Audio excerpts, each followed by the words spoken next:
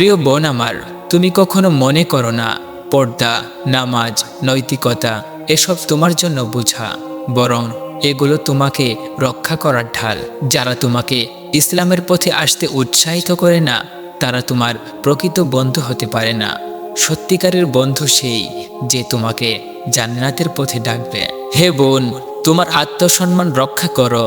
সামাজিক মিডিয়া, খারাপ সম্পর্ক, হারাম আনন্দ এসবের ক্ষতি হয়তো তুমি এখন বুঝতে পারবে না, কিন্তু একদিন তোমার আফসোস হবে কেন সময় থাকতে তুমি নিজেকে বদলাওনি। তাই আজ থেকে সিদ্ধান্ত গ্রহণ করো, তুমি সর্বদাই আল্লাহর পথে চলবে, তুমি তোমার আত্মাকে পবিত্র রাখবে। তাহলে তোমাকে প্রতিটি পদক্ষেপে আল্লাহ সাহায্য করবেন ইনশাআল্লাহ। হে আল্লাহ, আমাদের বোনদের হেফাজত করুন, তাদের হৃদয় নরম করুন এবং তাদের জান্নাতের পথে পরিচালিত করুন। আমিন।